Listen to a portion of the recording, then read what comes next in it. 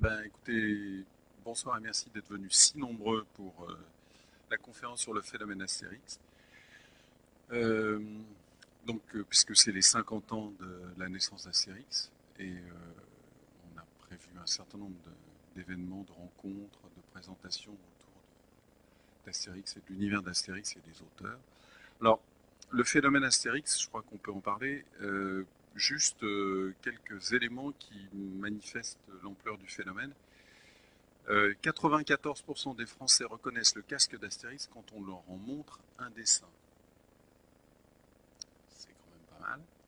Les albums d'Astérix représentent une vente cumulée de plus de 320 millions d'exemplaires, toutes langues confondues, depuis 50 ans, ce qui est énorme. Je crois pouvoir dire qu'il me semble que Uderzo doit être l'auteur français vivant le plus lu dans le monde, me semble-t-il, vivant. Euh, Alors évidemment, il y a d'autres signes qui témoignent du phénomène Astérix et de son ancrage, on va dire, dans la culture et la société française. C'est le fait qu'il y a des expressions qui sont passées dans le langage courant, hein. Quand on aime quelque chose, on est tombé dedans quand on était petit. Et puis ils sont fous, ces Romains, et toutes ces choses-là. Enfin, ça, c'est des expressions bien connues. Et de façon peut-être plus profonde, si je peux dire, il me semble que Astérix structure un peu l'imaginaire sur la représentation de la Gaule et des Gaulois. Alors peut-être pas du point de vue scientifique, parce qu'il y a eu une conférence qui a eu lieu, je crois, la semaine dernière ou il y a 15 jours, sur justement qu'est-ce qu'il y a de vrai dans Astérix par rapport à l'histoire et l'archéologie. En gros, pas grand-chose.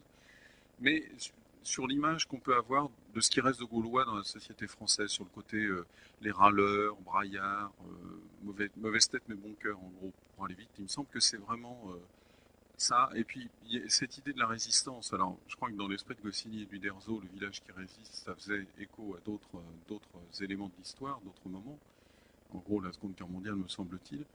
Mais il y a cette idée-là. Et une chose m'avait frappé, c'est qu'il y a une dizaine d'années, un journaliste anglais avait téléphoné au musée, à l'époque où José Bové avait commencé à apparaître dans l'actualité politique française, et qui m'avait dit, mais est-ce que vous ne pensez pas que là encore, c'est un peu le phénomène Astérix? Alors, les moustaches, tout, mais le côté, celui qui résiste. Et j'avais trouvé ça assez sidérant, mais c'est un peu, non seulement pour nous, mais je pense aussi pour l'extérieur, euh, l'idée que beaucoup de gens se font de la France à travers Astérix, un peu comme ce reflet-là. Alors, vrai ou faux, ça, la discussion est ouverte, mais il me semble qu'il y a quand même ce phénomène. Alors, je l'ai dit en commençant, mais je vais le répéter, Astérix est né le 29 octobre 1959 dans le numéro 1 de Pilote. Donc voici la couverture. Il a été, en fait, et ça c'est la première page qui figurait en quatrième de couverture. J'ai pas retrouvé, enfin j'ai pas reprise dans l'album parce qu'il y avait dans la revue, j'ai pris dans l'album parce qu'il y avait la frise en plus, hein, les aventures d'Astérix le Gaulois. Donc ça c'est la première planche, on y reviendra. Euh, Elle est extrêmement intéressante. Elle vient en fait, la première idée euh, de Goscinny et Uderzo pour le journal Pilote, c'était de faire le roman de Renard, une adaptation en bande dessinée comique du roman de Renard, qui est un texte bien connu. Mais il s'est trouvé que quand ils ont commencé à travailler sur le projet, donc dans le cours de l'année 59, Raymond Poivet, dessinateur de bande dessinée, leur indique que Jean Trupert, autre dessinateur de bande dessinée, était lui-même en train de faire une adaptation du roman de Renard pour une autre revue de bande dessinée. Donc un peu en catastrophe, et ça c'est une histoire qui est assez connue parce que Goscinny et Uderzo l'ont souvent raconté. Donc en plein été, au mois d'août, à Bobigny, dans l'appartement d'Uderzo, il a fallu en catastrophe trouver une nouvelle idée. Et Goscinny, qui était un homme assez organisé, a dit bon, on va essayer de faire les choses de manière logique. Reprenons tous les éléments de l'histoire française depuis le début, hein, toutes les grandes périodes. Donc la préhistoire, bon, il y a un personnage qui existe déjà, etc. Puis ils sont arrivés Rome et les Romains, les Gaulois. Et là, tout de suite, c'est bon, ça va tout seul. Et Uderzo dit dans toutes les interviews, et je pense que c'est vrai, qu'une fois qu'ils sont tombés sur cette période et qu'ils se sont mis d'accord, c'est venu assez vite, hein. Le fait que les noms des Gaulois se terminaient en X comme Vercingétorix, les noms en us pour les Romains, les noms de lieux en homme, un petit bonhomme à Bavorum, etc. Et puis aussi le fait que les personnages devaient vivre dans un endroit qui leur permette de voyager beaucoup. C'est-à-dire que dès le début, Astérix devait voir le vaste monde. Alors, il y a une chose que Uderzo ajoute et qui doit être vraie également, c'est-à-dire que quand ils ont discuté de où doit se trouver ce village, Goscinny est du coup n'importe où sur la côte, du moment qu'ils s'en vont, ça ne me pose pas de problème. Et c'est Uderzo lui-même qui a choisi que ça se passe en Bretagne, donc en Armorique, dans un petit village, parce que lui, pendant la guerre, c'était un petit Parisien qui mourait de faim pendant la guerre parce qu'il n'y avait pas beaucoup à manger et qu'on avait envoyé en Bretagne et qui est resté donc, du côté de Saint-Brieuc, je crois, dans les Côtes d'Armor aujourd'hui, et qui en a gardé toujours un souvenir extrêmement vif et une grande reconnaissance et qui aime beaucoup la Bretagne et les Bretons, ce qui est amusant parce qu'il est pas du tout de ce coin-là, il est fils d'immigrés italiens, on y reviendra. Mais donc c'est lui en gros qui a décidé que ça se passerait dans ce petit village d'Armorique. Alors, la question aussi, si on revient sur la planche, on voit Astérix et Obélix, là, dans la case du milieu, si je peux dire. Et Astérix et Obélix, pourquoi un gros et un petit? Alors, c'est parce que, en fait, c'est un compromis entre Goscinny et Uderzo. Quand il s'est agi de faire un Gaulois, Uderzo tout de suite a commencé à griffonner un gros bonhomme. Et Goscinny lui a dit non, non, non, il ne faut pas qu'il soit gros parce qu'il faut qu'il soit malin. C'est pas la force qui est importante, c'est l'intelligence. Il faut que ce soit un personnage malin. Et Uderzo, qui n'avait pas renoncé à l'idée d'avoir un personnage un peu carré, il aimait bien les personnages trapus. Je ne sais pas si j'en ai. Voilà. Ça, c'est une série qu'il avait faite avant, il en a fait plein. En général, il fait toujours des personnages avec des gros biscottos, ça c'est Bellois. Donc il aimait bien ça. Donc il a rajouté un personnage un peu trapu à côté, qui est donc devenu Obélix. Euh, alors ce qui est intéressant aussi, c'est de voir que Astérix, c'est évidemment une création complètement originale, mais dans l'œuvre commune de Goscinny et Uderzo, ils s'étaient rencontrés une quinzaine d'années avant, ils ont beaucoup travaillé ensemble, et une série qu'ils aimaient beaucoup, à laquelle ils étaient très attachés, qui est Papa, qui paraissait dans Tintin, un des traits communs avec Astérix. Ça se passe, alors c'est un épisode de l'histoire de France, c'est le Canada français, c'est donc la colonisation, on peut dire, de l'Amérique, hein, découverte de l'Amérique. Et là, on a aussi un couple, alors pas un petit, mais un maigre et un baraqué, donc Hubert de la pâte feuilletée que vous voyez derrière, là, en train de pagayer gaiement, et puis devant Papa, l'Indien. Et donc là, il y a des ingrédients communs avec Astérix, c'est-à-dire un épisode de l'histoire de France traité sur le mode comique, un duo, voilà. Alors, point de détail aussi, pourquoi pour pilote l'histoire de France? Mais en fait, au départ, Goscinny, Uderzo et Charlier, qui ont été ensuite les chevilles ouvrières de pilote, n'étaient au départ que des dessinateurs d'une revue qui était en fait dirigée par un rédacteur en chef qui voulait faire un journal, mais comme on fait un hebdomadaire d'information pour les adultes, mais le faire pour les enfants, avec des reportages, des photos, du sport, enfin très journalistiques, avec évidemment des pages de bande dessinée. Et la seule consigne, c'était pour les bandes dessinées, on va éviter de faire appel à des imaginaires venant d'étrangers. On peut essayer de travailler sur des imaginaires français, hein, d'essayer de faire revivre ça. D'où le roman de Renard au départ, et ensuite Astérix. Et donc, ils ont travaillé là-dessus, euh, à la demande du rédacteur en chef. Puis ensuite, le rédacteur en chef est parti. Enfin, on ne fait pas l'histoire de pilote, c'est une autre histoire, mais Astérix est resté. Alors, je tourne la page. Euh, Est-ce qu'il y a eu des précédents dans l'histoire de la bande dessinée de héros gaulois? Eh bien, la réponse est oui. Alors il y en a un dont je n'ai pas trouvé d'image qui est Totorix de Jean Nohain, dit Jaboun. C'était dans les années 50 avec un dessinateur, un illustre inconnu pour moi qui s'appelle Poléon. Ça doit être un pseudonyme, j'espère pour lui.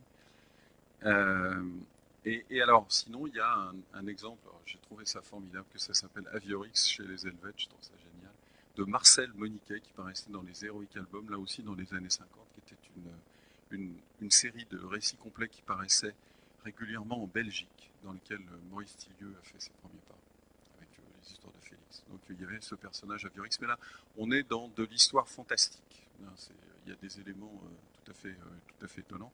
Sinon, l'autre grand précédent, euh, d'une évocation de la Gaule et des Gaulois et de l'époque romaine, de la même époque, de la même période, donc autour de Jules César, c'est évidemment Alix. On n'est pas du tout dans le même registre, puisque là on est dans un registre historique presque documentaire. Il y avait une volonté, il y a toujours d'ailleurs, chez Jacques Martin, le dessinateur de l'époque, puisqu'il ne dessine plus aujourd'hui, il continue à scénariser les histoires, mais il ne dessine plus, de faire œuvre d'historien presque.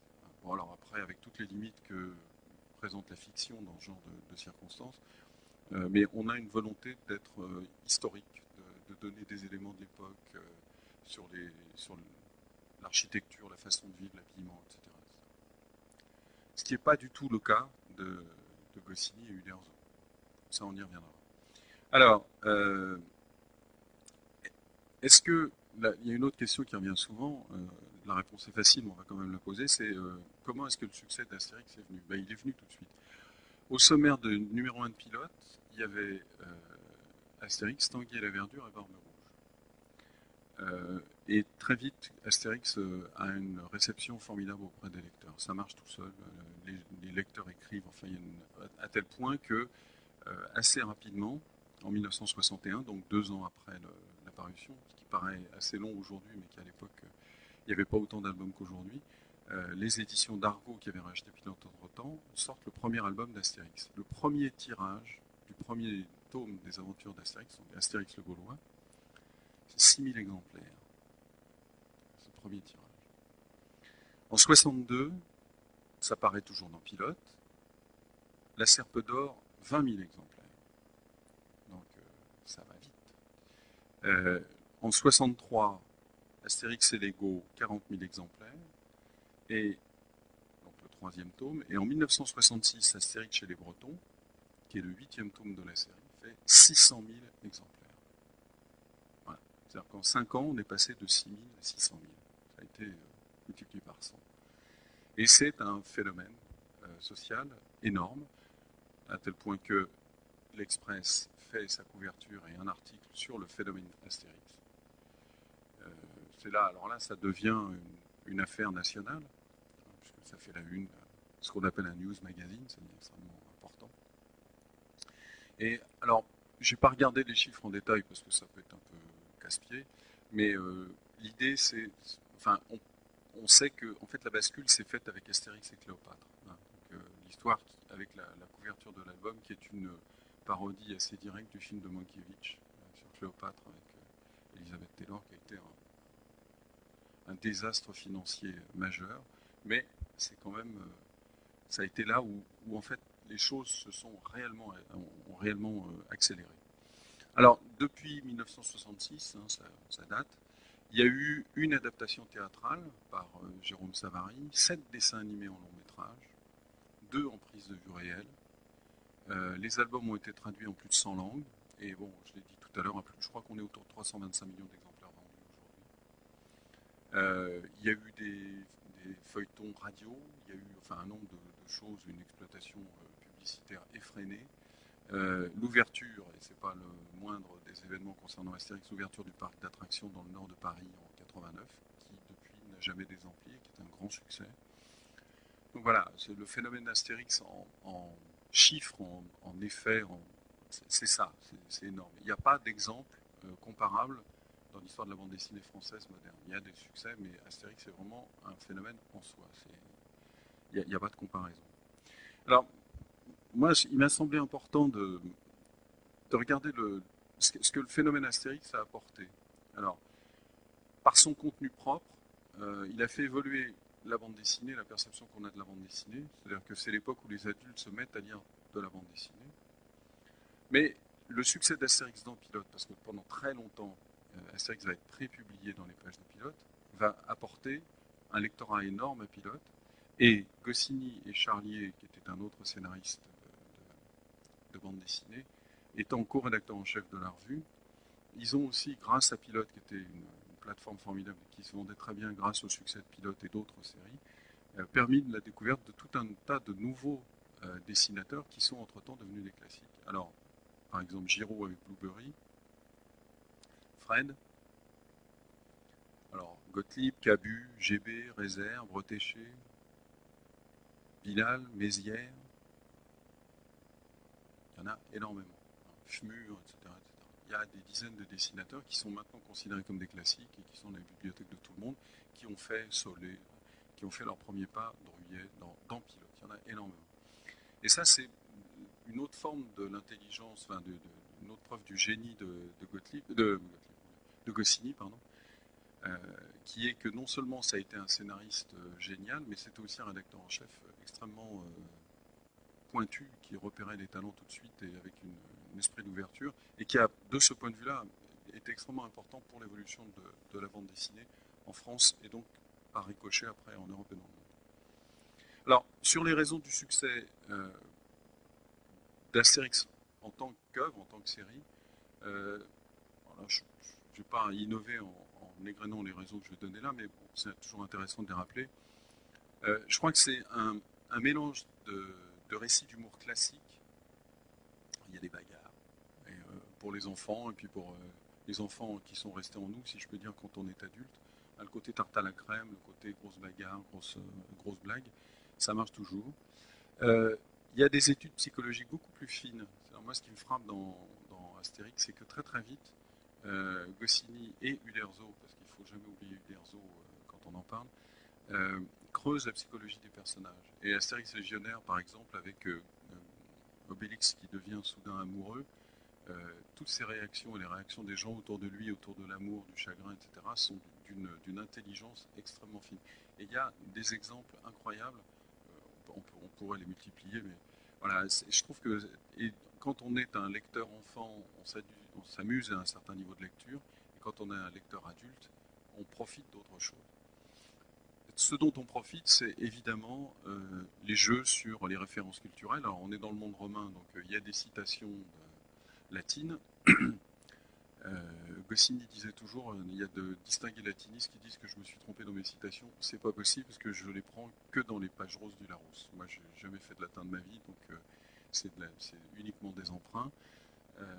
Alors celle-là, je suis allé chercher, j'ai trouvé, c'est les dieux furent pour le vainqueur, mais Caton pour le vaincu. Ne me demandez pas dans quel contexte, peut-être que notre ami Ambroise pourra nous le dire, mais voilà. Il y a aussi, alors, il y a tout ce jeu sur l'aller-retour entre le passé et le présent. Il y a des allusions à l'actualité. Là, par exemple, le Tour de Gaulle, ben, on voit le Tour de France, qui est une institution française. Des allusions culturelles. Alors, il y a beaucoup de. Ça, c'est la grande spécialité d'Uderzo, c'est d'aller chercher les tableaux. Donc là, c'est Rembrandt, bien connu. Des allusions. Alors, on va dire que Astérix, il recycle un savoir connu qui, à mon avis, hérite de la Troisième République, c'est-à-dire Vercingétorix, Alésia, les Romains, Jules César, etc., le Laurier, enfin toute cette grande mythologie de l'image d'Épinal d'une certaine façon.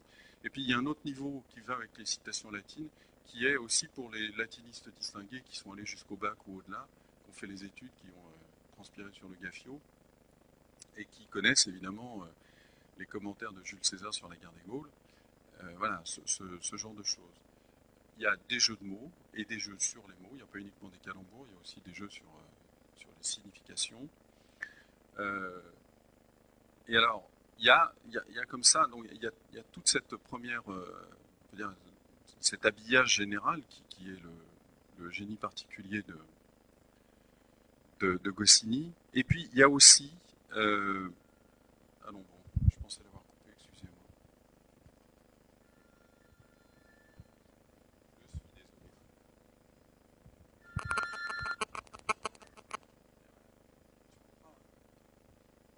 S'il te plaît. Et alors, ce qu'il y a aussi, alors, ce qui est très intéressant dans le cas d'Astérix, c'est un jeu sur les clichés. Là, on a vu un certain nombre de clichés culturels, mais il y a un jeu sur les clichés. Alors, par exemple, sur les grandes identités régionales. Il y a les Gaulois, il y a les Auvergnats ici. Hein, ça, c'est dans le bouclier Arverne. Au contraire, on achète les uns chez les autres, on en profite pour parler du temps quand nous étions à Lutèce. Et que faisiez-vous à Lutèce? On vendait du vin et du charbon. Voilà. Donc, quand on est auvergnat, on vend du vin et du charbon. Il faut absolument que je pousse ton jeu parce qu'il va se remettre à ça. Voilà. Je ne sais pas encore bien m'en servir. Et donc, les clichés sur les identités nationales, donc là, il y a les Auvergnats, il y a Astérix en Corse qui est un.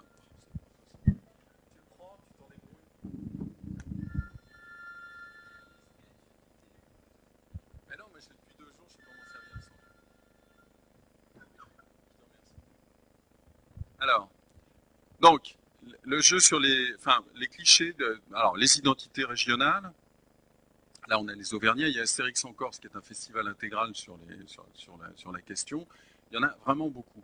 Il y a aussi des clichés sur les nationalités. Alors, c'est Uderzo, quand on avait fait l'exposition avec lui il y a un peu plus de 10 ans, qui nous avait raconté une chose que je trouve absolument adorable, c'est Astérix en Hispanie. Les Espagnols étaient très vexés qu'on les représente comme des gitans. Ça leur avait pas plu du tout. Il dit, moi, ce qui m'avait beaucoup amusé, c'est que personne n'avait réagi sur le fait que dans la première image où on les voit, les mecs, les hommes sont devant et font rien, et c'est les femmes derrière qui triment. Et là, en Espagne, personne n'a râlé là-dessus. Donc le cliché peut jouer à plusieurs niveaux. Il y a des choses qui sont... Alors, c'est en général, le cliché, il peut être gentil, des fois il l'est un petit peu moins. Et par exemple, moi, cette page de Astérix chez les Bretons m'a toujours beaucoup frappé sur... on est dans une banlieue pavillonnaire anglaise avec toutes les maisons qui se ressemblent. Bon, c'est un cliché absolu, là, vraiment. Et donc, ils arrivent chez un voleur et ils commencent à lui taper dessus et les voisins se plaignent en disant qu'il fait beaucoup de bruit. Mais ils ne vont pas aller l'aider. Ce qui est le plus important, c'est le home sweet home. Et ça donne une vision de l'Angleterre et des Anglais qui m'a toujours semblé un peu bizarre. Et alors, les clichés sont des fois un peu méchants, mais là, je pense où Goscinny est sans doute le plus vache, c'est avec les Français. Il y en a plusieurs comme ça. Celui-là, je l'adore. C'est chaque fois la même chose. Chaque fois que je suis dans mon bain, on me dérange. L'année dernière et celle d'avant, ça n'a pas raté. Hein, ça fait écho à la réputation qu'avaient les Français et qu'ils ont peut-être plus, j'espère maintenant, de ne pas être des forcenés de la propreté. Oui, oui, si, on trouvait ça. Et il y a un autre, par exemple, c'est dans le combat des chefs, où à la fin, il y a le chef qui était pour les Romains, le chef gaulois qui était pour des Romains, qui est devenu complètement idiot parce qu'il a pris un coup de trop sur la tête, et qui est extrêmement poli. Et donc il soulève son casque tout le temps devant tout le monde et, dit, et qui a fait beaucoup pour la réputation de politesse des Gaulois, qui fut la nôtre il y a longtemps. C'est-à-dire, sous-entendu, la réputation des Français d'être extrêmement mal élevée. Goscinny d'épingle là aussi. Donc il y a il y a toute cette critique qui est glissée dans les histoires qu'on peut ou pas voir. Moi, je dois dire que j'ai lu gamin ce truc-là des dizaines de fois sans m'en apercevoir. Le jour où on s'en rend compte, c'est vraiment très très plaisant. Euh, alors, ce qu'il y a de très intéressant dans le jeu des clichés, c'est que dans l'œuvre de Goscinny, on la retrouve tout le temps. Parce qu'on peut dire que Lucky Luke, c'est une façon de jouer avec les clichés du western. Et les grands noms, Calamity Jane, de les reprendre et de jouer avec. Is No Good, c'est jamais qu'un immense cliché sur les mille et une nuits. Hein. Ce monde merveilleux avec les tapis volants, etc. etc. Et jusqu'à un certain point, mais qui est un point certain pour moi, euh, le petit Nicolas aussi, c'est un cliché. C'est-à-dire que dans les années 60, avec le petit Nicolas, il est en train de décrire une famille avec papa, maman, papa qui travaille au bureau, maman qui reste à la maison. Alors que dans les années 60, c'est un cliché, justement, une vision de la famille qui est en train de changer. C'est l'époque où les femmes commencent à s'émanciper, commencent à travailler. Donc là, on joue aussi sur un certain nombre de signes qui sont supposés connus et qui sont des signes qui, c'est la famille c'est papa, maman, c'est comme ça, et jouer avec. Et Goscinny fait ça tout le temps.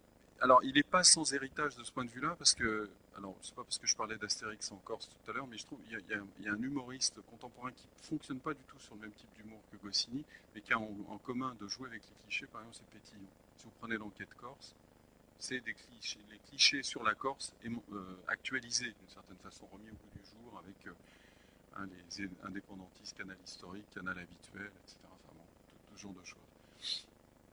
Et alors, ce qu'il y a dans Astérix aussi qu'on retrouve, c'est des grandes traditions de l'humour. Alors, il y a par exemple l'humour militaire, la mise en boîte de l'humour militaire. On connaît les gaietés de l'escadron de Courteline. Et ben voilà, là vous avez la bêtise de la discipline, la bêtise de la hiérarchie et le comportement moutonnier, une certaine forme on va dire, de lâcheté devant le. Voilà. Et celle-ci que moi personnellement j'adore. J'ai fini la première moitié de la première dalle, je souffle un peu, je finis la deuxième moitié de la première, etc. etc.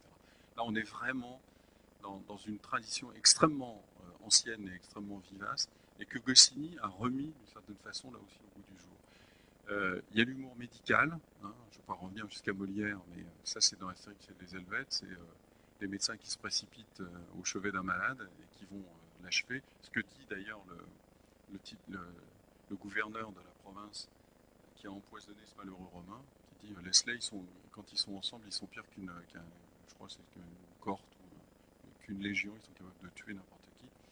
Donc là, on les voit à l'œuvre. Et là, on est vraiment aussi dans une grande tradition. Il y a la satire sur la finance, par exemple, Obélix et compagnie, n'est que ça. Il y a la satire sur les femmes, quand on regarde la façon dont sont décrites toutes les femmes du village dans le cadeau de César ou autre. J'ai pas mis toutes les images parce que ça serait très très long. Mais il y a vraiment comme ça une façon pour Goscinny de se replacer dans une tradition, dans un certain nombre de traditions d'humour qui sont assez anciennes. Alors, d'où vient, euh, du côté des influences, on peut dire, d'où vient l'humour de Goscinny? L'humour de Goscinny, il vient. Alors, il faut savoir que Goscinny vient d'une famille française, mais il est né en France, mais il a passé toute son enfance en Argentine et une partie de sa vie de jeune adulte, à partir d'autour de 20 ans, je crois, à New York. Donc, et il avait de la famille en France et il a dit dans des interviews moi, quand je partais en vacances, je venais dans la banlieue parisienne. C'était les pavillons en Molière, c'était le top du top de l'exotisme. Enfin, je paraphrase, mais c'était vraiment ça pour lui. C'était complètement incroyable. Et donc, il est complètement baigné d'une tradition d'humour, en particulier d'humour américain, dont Mad et son rédacteur en chef et l'homme orchestre à l'époque, Harvey Kurtzman, est un peu le symbole. C'est un personnage extrêmement important. C'était un ami intime de Goscinny. Ils ont fait des livres ensemble, des livres pour enfants d'ailleurs. Goscinny était dessinateur de ces livres. Ils ont travaillé ensemble, ils étaient très proches.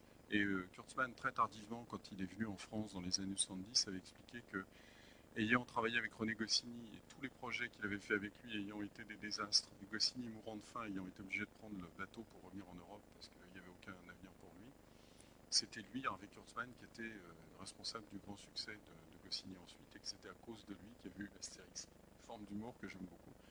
Et donc, Mad est un journal extrêmement important parce que c'est un journal qui va justement dans les années 50 d'une façon beaucoup plus radicale, me semble-t-il, que Goscinny, mais jouer aussi sur l'idée des clichés, reprendre tous les clichés des bandes dessinées.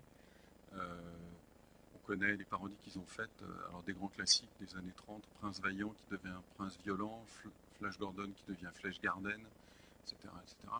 Et il y a, je pense, une parenté entre l'humour de Kurtzman et l'humour de Goscinny de ce point de vue-là. Euh, il y a quelqu'un aussi dont on parle beaucoup moins, mais qui me semble très important, c'est Walt Kelly, qui était un dessinateur qui a travaillé pour les studios Disney, qui a été animateur à l'époque de Dumbo, de Fantasia, enfin la grande époque des studios Disney, la première grande époque des studios Disney, et qui ensuite est devenu dessinateur de bande dessinée, qui a fait une série qui s'appelle Pogo, dont vous avez là une page. Et il y a quelque chose qui me semble, sinon un emprunt, en tout cas une réminiscence chez Goscinny et chez Uderzo, de quelque chose que Kelly a utilisé beaucoup, qui est les bulles de bande dessinée avec des lettrages particuliers qui symbolisent la façon de parler, voire la psychologie des personnages. Là, vous avez un personnage dans la première case, si vous regardez la manière dont il parle, il s'exprime comme sont rédigées en typographie les affiches de cirque. Il s'appelle P.T. Bridgeport et c'est une parodie de Barnum. Et la manière dont il parle, on voit bien le ton tout de suite très bonimenteur. Et moi, tout de suite, ça me fait penser à la façon dont Goscinny et Uderzo utilisent les bulles dans un certain nombre de leurs histoires. La zizanie, comment est-ce qu'on symbolise la jalousie? C'est l'horrible couleur verte de la jalousie qui se répand dans les bulles et qui fait sentir, qui fait voir la manière dont les personnages sont en train d'évoluer. Donc là, pour moi, il y a vraiment un rapport, il y a une influence, ou en tout cas une rencontre entre les deux. Et des exemples d'utilisation des bulles, en particulier pour jouer sur les différences de langue, ça c'est quelque chose que j'adore. C'est quelque chose que Goscinny fait extrêmement souvent. Surtout quand Obélix essaye de parler l'Égyptien, le dessin qui est exprès mal dessiné, il y a une idée absolument formidable derrière tout ça. Alors, dans les grandes influences, j'ai parlé de Goscinny, il faut maintenant parler d'Uderzo. Uderzo, il est. Alors, on peut dire, graphiquement, c'est un héritier de Disney. C'est quelqu'un qui est né dans les années 20, comme Goscinny d'ailleurs, qui était enfant quand les premiers dessins animés sont sortis, qui a subi la magie des premiers dessins animés de Mickey, qui s'en est jamais remis. Il y a une autre influence qui est beaucoup plus marquée, me semble-t-il. C'est l'influence de Calvo, qu'il a toujours revendiqué. Alors ça, c'est une page de Patamousse, qui est une série animalière pour enfants que Calvo a fait dans les années 40. Et regardez la façon dont Calvo dessine les sous-bois et la manière dont Uderzo, avec ses propres moyens graphiques, essaye quand même de rester à des réminiscences de cette ambiance. Ça me semble complètement évident. Et il y a un gag en plus, c'est ça qui est formidable. Et Uderzo est un dessinateur qui est, à mon avis, sous-estimé. Et c'est très marrant parce que je crois que le succès d'Astérix, bizarrement, a fait oublier à quel point c'est un grand dessinateur. Et parce que par exemple, là, c'est dans Astérix chez les Helvètes, c'est la fameuse scène d'orgie hein, avec le traiteur Félinus. C'est à l'époque du Satyricon de Fellini. Et donc là, il y a une capacité à faire passer une ambiance un peu délétère, un peu noire, qui est extrêmement, enfin, c'est très très bien fait, très efficace, me semble-t-il. Et Uderzo dit toujours, alors ça c'est une des personnes qui travaille avec lui, Monsieur Mebarki, je crois, qui fait partie maintenant du studio qui travaille avec lui pour les Astérix qu'il fait, qui l'a représenté en clown, parce que Uderzo a toujours dit qu'un un de ses grands rêves enfant, c'était de devenir clown. Il adorait le cirque et il avait été marqué par tous les cirques qui passaient à Paris. Et il a toujours dit que pour lui, ces personnages avec des gros nez, ce côté complètement grotesque, c'était une façon de revenir vers cet amour enfantin du cirque. Et les tarins incroyables des personnages, Astérix et Obélix qu'on voit derrière, c'est vraiment ça, me semble-t-il aussi. Mais Uderzo, c'est pas uniquement un personnage, enfin un dessinateur, pardon, de gros nez. C'est quelqu'un qui, je parlais de Tanguy et la Verdure tout à l'heure, il a dessiné les 5 ou 6 premiers épisodes des aventures de Tanguy et la Verdure, dans ce style.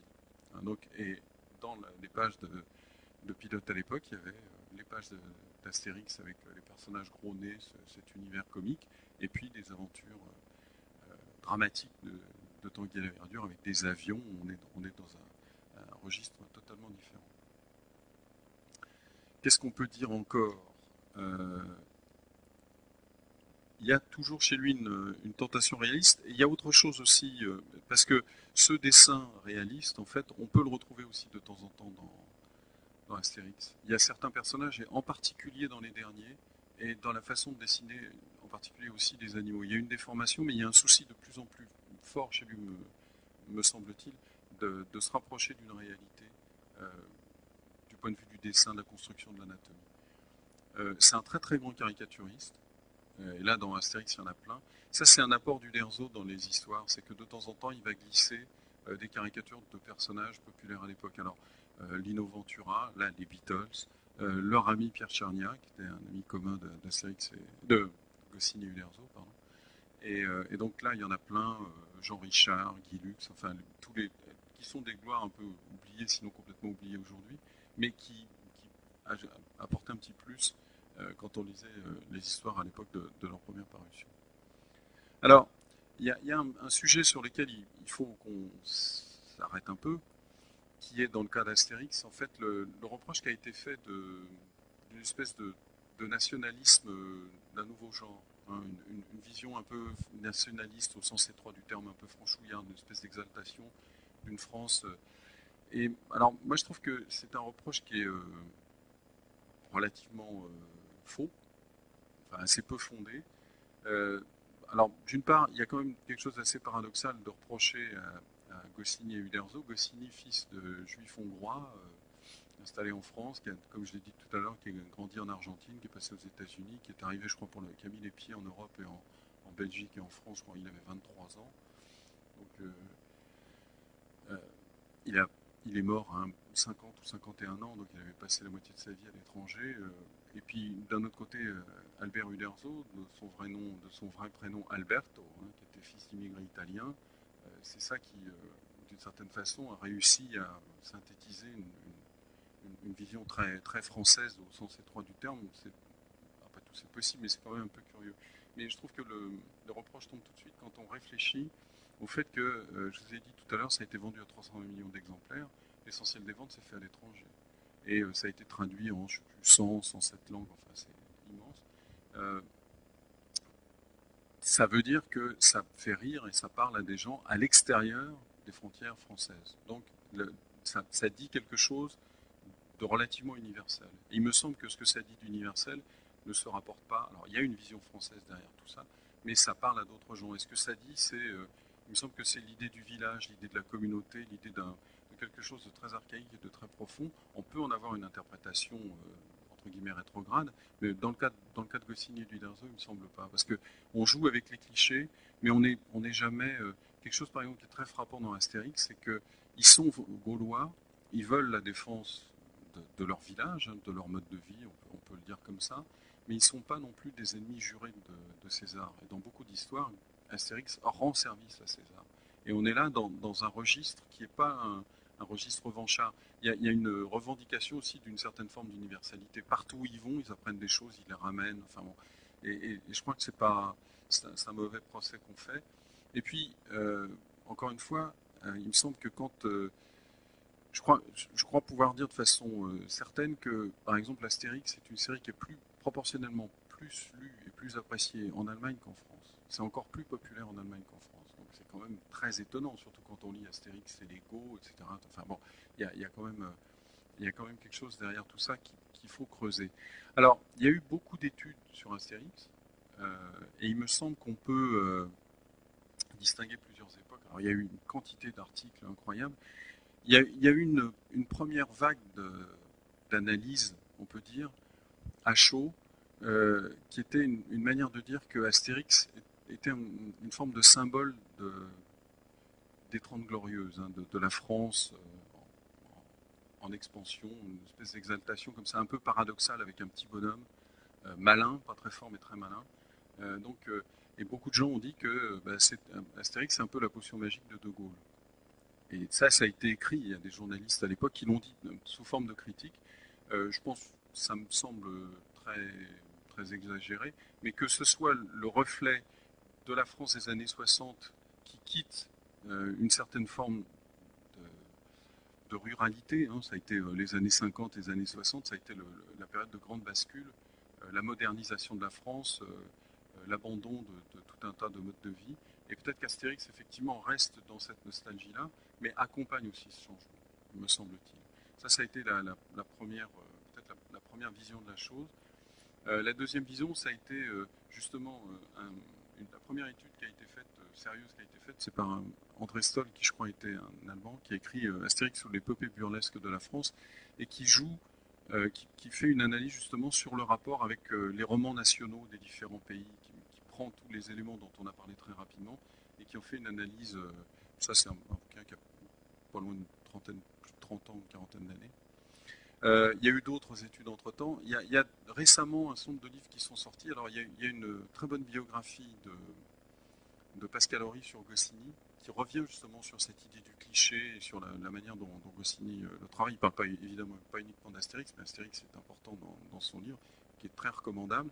Et sinon, il y a un universitaire extrêmement brillant qui s'appelle Nicolas Rouvière, qui a fait deux ouvrages, un qui s'appelle Astérix sous les lumières de la civilisation, et puis un deuxième qui s'appelle Astérix sous la parodie des identités, qui revient sur ces questions, et avec un point de vue. Alors, ces deux ouvrages extrêmement riches, qui sont nourris d'énormément de réflexions et de références, mais je voudrais juste indiquer deux pistes, moi, qui m'ont beaucoup frappé quand j'ai lu les livres.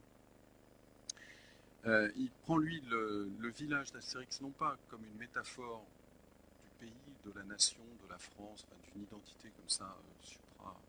Mais au contraire, il fait le rapprochement, alors c'est aussi dans l'esprit de l'époque, avec les biographies des auteurs, et en particulier celle de Goscinny. Et il dit que, en fait, le village, dans l'esprit de Goscinny, à un certain niveau, il y a une dimension de freudisme un peu dans cette analyse, me semble-t-il, c'est que, en fait, le village, c'est la métaphore de la famille.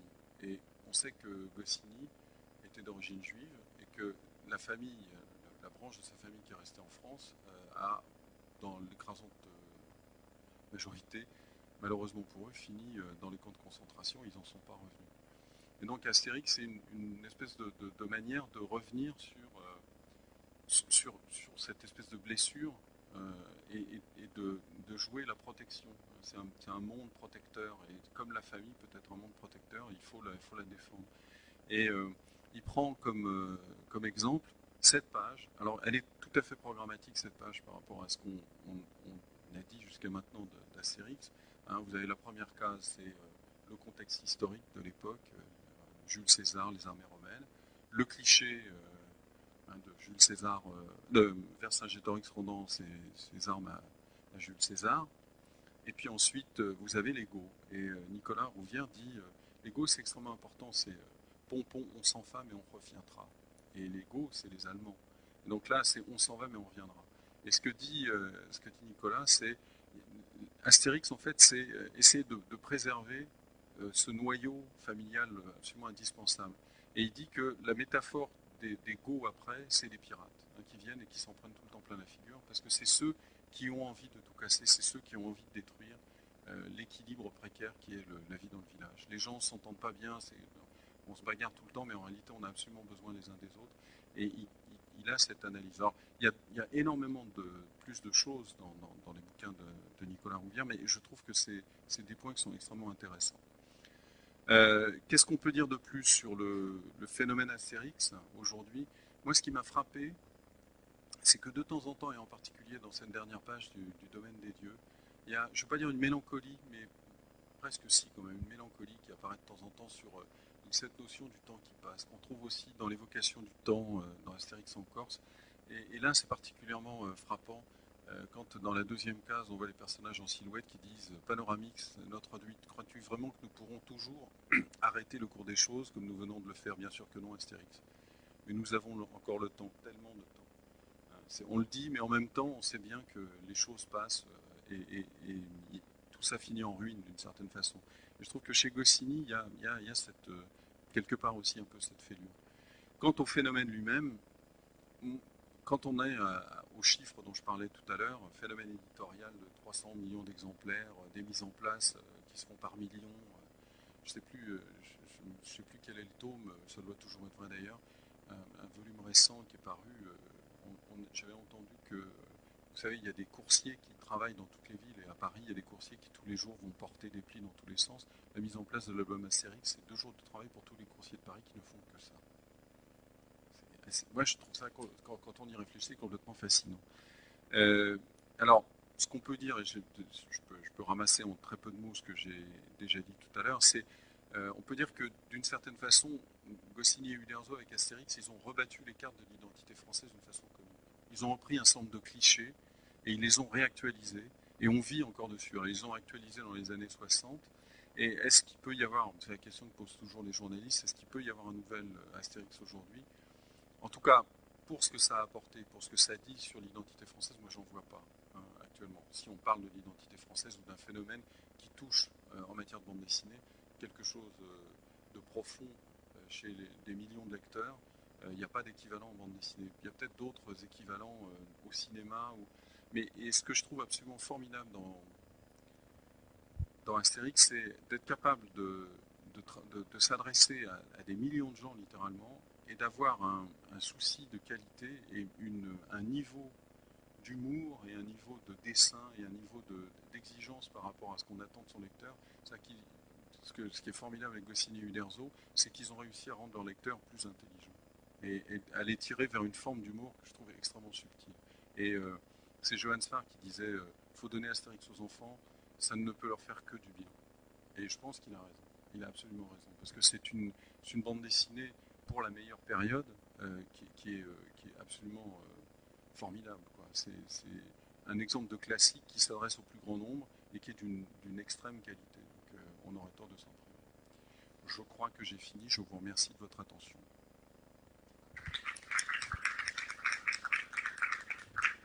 Et si peut-être encore une dernière chose, c'est un classique dans le sens où malgré le fait que ça a vieilli et qu'il y a des allusions, je parlais de caricature tout à l'heure, je ne suis pas certain que les gamins d'aujourd'hui reconnaissent les Beatles, reconnaissent Lino Ventura, mais ça continue à faire rire quand même. Et c'est le cas particulier aussi, je pense que c'est vraiment le génie de Goscinny, c'est le petit Nicolas qui est complètement ancré dans les années 60, le film récent en est la preuve, continue à parler aux enfants d'aujourd'hui. Et ça continue à les faire rire. Donc on est dans, c'est ça un classique. Hein. C'est même quand les allusions qui ont présidé à la naissance, hein, le substrat dans lequel c'est sorti est complètement oublié, l'œuvre reste et apporte autre chose. Donc il y a une richesse, il y a une profondeur pianiste.